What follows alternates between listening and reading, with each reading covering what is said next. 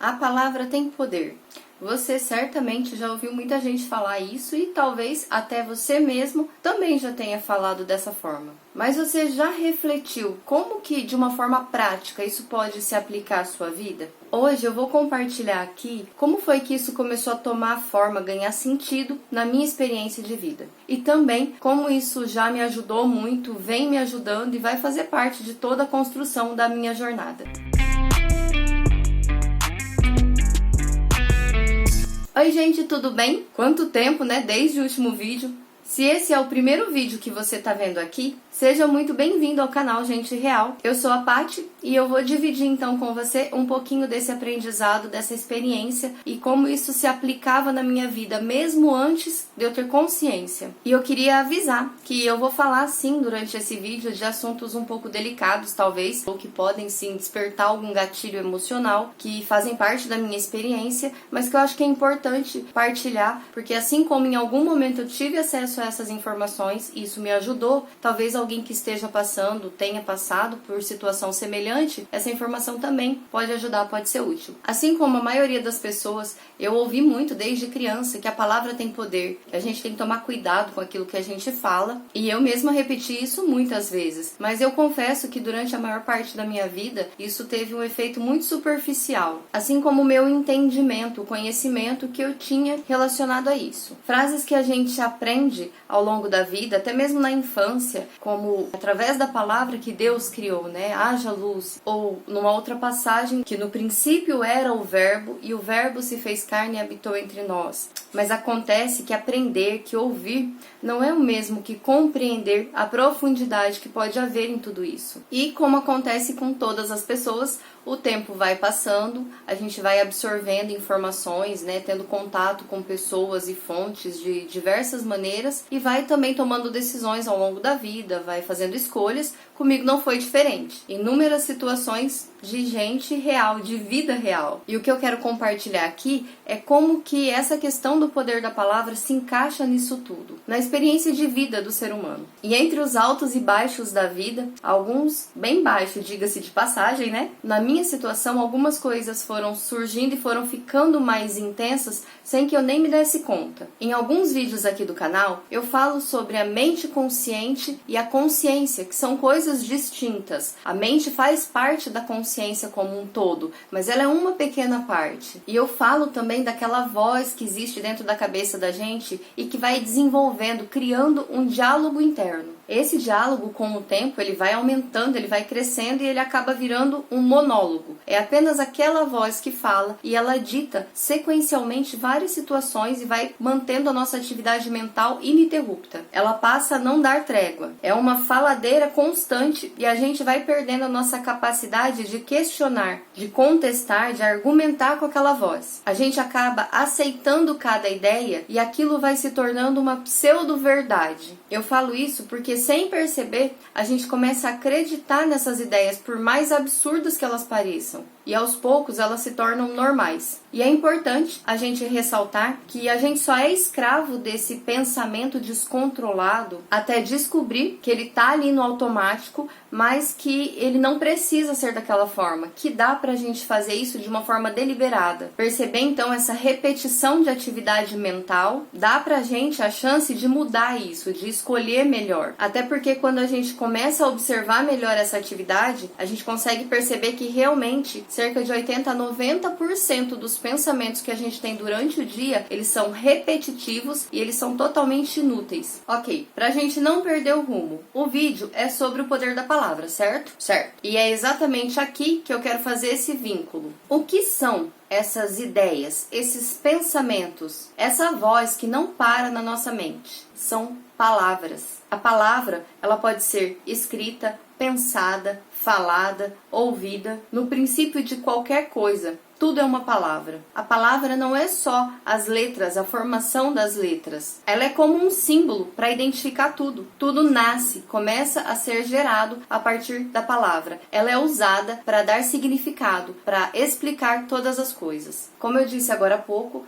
com o passar do tempo na minha vida, foram surgindo coisas e situações que foram ficando maiores e mais intensas. E eu, de fato, não me dava conta disso. Era um verdadeiro arsenal de palavras que estavam ali regendo a minha mente. E mesmo sem saber o que estava acontecendo, ainda muito nova, eu comecei a passar por sintomas de ansiedade que eu só fui descobrir o que era depois, mais pra frente. E como eu não tinha ideia do que estava acontecendo, o problema foi crescendo internamente, sem que eu identificasse o que era. Mas pior do que isso, eu me identificava como sendo o próprio problema. Compreende o perigo disso? Eu não me enxergava como alguém que tinha um problema. Eu me via como sendo um problema. Eu era ele e ele era eu. E daí pra frente o negócio foi só piorar. O barulho interno era imenso. Aquela mente tagarela que não parava nem um momento. Os pensamentos e palavras parece que tinha vida própria. Eu vivia meio que um dilema, sabe? Porque ao mesmo tempo que eu queria buscar uma solução para tudo aquilo, para aquela angústia que não tinha fim, ao mesmo tempo eu pensava que aquilo não tinha jeito, que não tinha como consertar uma coisa daquela, porque aquela coisa, aquela situação era eu e que eu não teria conserto. Era verdadeiramente um inferno dentro da minha cabeça. Eu tinha medo de magoar as pessoas que eu amava, eu me sentia como se eu fosse um peso na vida delas. Eu ficava o tempo todo pensando, como será que seria a vida delas se não tivesse eu? Porque por me amar também, elas também sofriam de me ver naquela situação.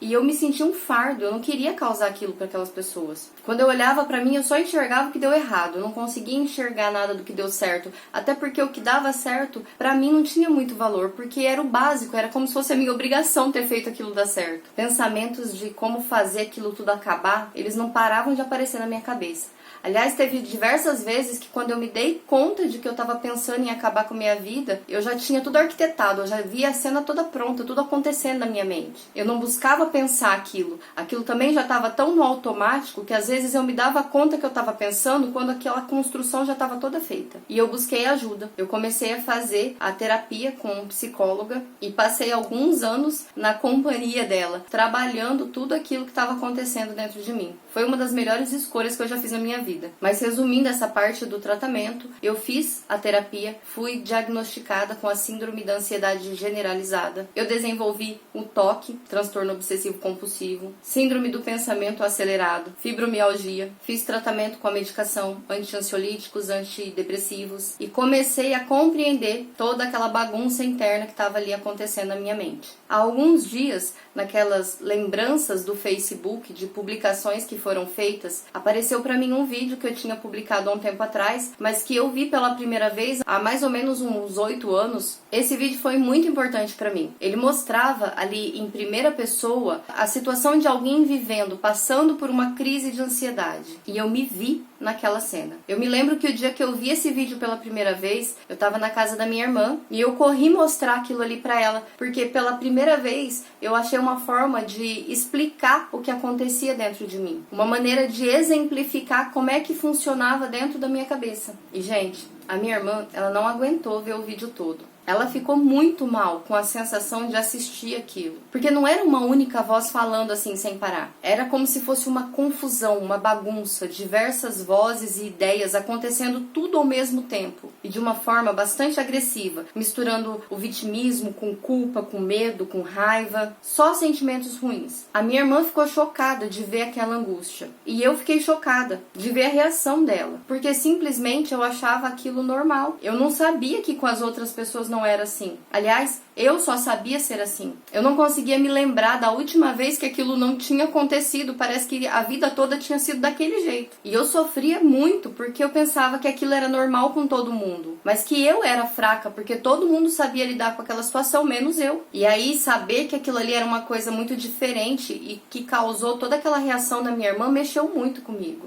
E eu, que já gostava desde a adolescência de entender um pouco o pensamento, o comportamento do ser humano, continuei os meus tratamentos, mas sempre buscando informações, buscando aprender, ler, entender um pouco mais de como que funciona esse mistério que é o ser humano. Essa sempre foi a minha grande paixão. Ainda sem saber lidar com tudo aquilo, fui dando lá os meus passinhos, um de cada vez. E olha só, que interessante. Já era adulta, mãe, resolvi fazer faculdade, estava ali em torno dos meus 33 anos, e eu tinha uma disciplina de psicologia organizacional, quando aconteceu uma palestra na faculdade, e eu fui assistir essa palestra, era com uma doutora em psicologia, e falava especificamente sobre suicídio. E ali aconteceu um novo grande passo na minha vida, porque eu descobri que existia um padrão, um caminho assim com fases, com estágios, quase que um passo a passo que a pessoa acaba desenvolvendo e que, se não for tratado, cuidado com a devida atenção, pode realmente chegar no fato mais tremendo, mais extremo que pode acontecer. E eu me dei conta novamente que aquilo não acontecia só comigo e que eu precisava fazer algo para mudar o final dessa história. Eu fui buscando aprender sobre autoconhecimento, sobre amor próprio, sobre acolhida real. É como uma corrente, os elos vão aparecendo e uma coisa vai se ligando à outra, vai puxando a outra. E nessa busca por novos conhecimentos, eu comecei a fazer diversos cursos e treinamentos. E como eu sempre disse aqui, o que eu vou falar agora também não é uma verdade absoluta, mas foi algo que fez muito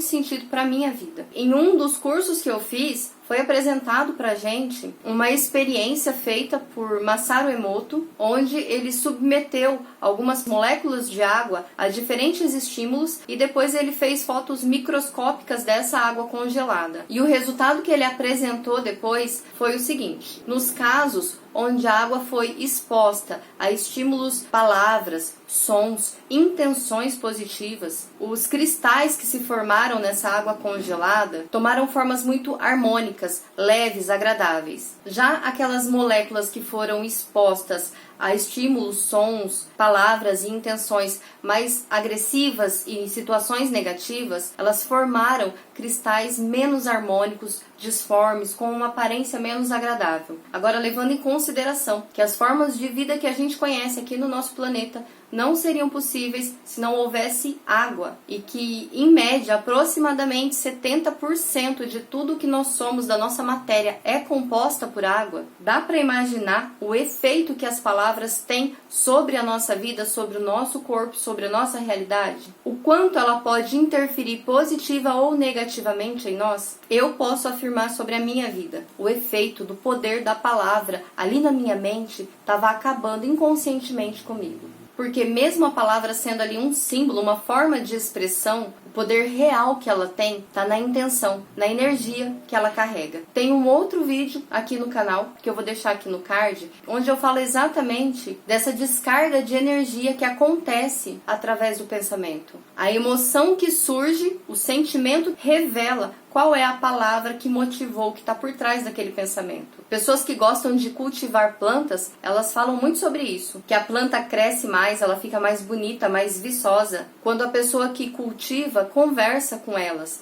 transmite carinho, alegria, elogios. As plantas recebem essa energia e elas conseguem se desenvolver melhor. E foi a partir desse conhecimento que eu comecei a prestar mais atenção à qualidade das palavras que habitavam dentro de mim. Conforme eu observava em mim sentimentos de angústia, de ansiedade, de tristeza, eu passei a analisar então o que estava acontecendo na minha cabeça. Quais eram os pensamentos autônomos que estavam ali sem que eu os percebesse. Porque, como eu mencionei, eles tinham vida própria. Mas os meus sentimentos, a minha emoção conseguia me trazer consciência sobre aquilo. Era como um semáforo, sinalizando a origem de tudo. E eu resolvi trazer esse assunto à tona por um único motivo. Esse conhecimento trouxe um novo fôlego para minha vida. Foi através dele que toda a minha história começou a mudar. Aliás, é muito mais fácil hoje eu identificar que a ansiedade está aflorando ali, que começou toda aquela angústia, quando eu percebo essa sensação e logo me conecto. O que é que eu estou pensando? O que está trazendo isso para mim? E trabalhar isso, para não ser mais escravo da minha própria mente. Gente, eu sei que é óbvio, mas eu não poderia deixar de falar, eu acho que não custa a gente reforçar a importância de buscar ajuda, tratamento com profissionais da área da saúde. E, se necessário, sim, fazer o tratamento com a medicação. Até porque, em meio às crises, especialmente nesse âmbito, é muito difícil a gente ter clareza, enxergar soluções. Portanto, cuidar da própria saúde, inclusive da saúde da mente, é essencial. Quando a gente consegue encontrar ali um equilíbrio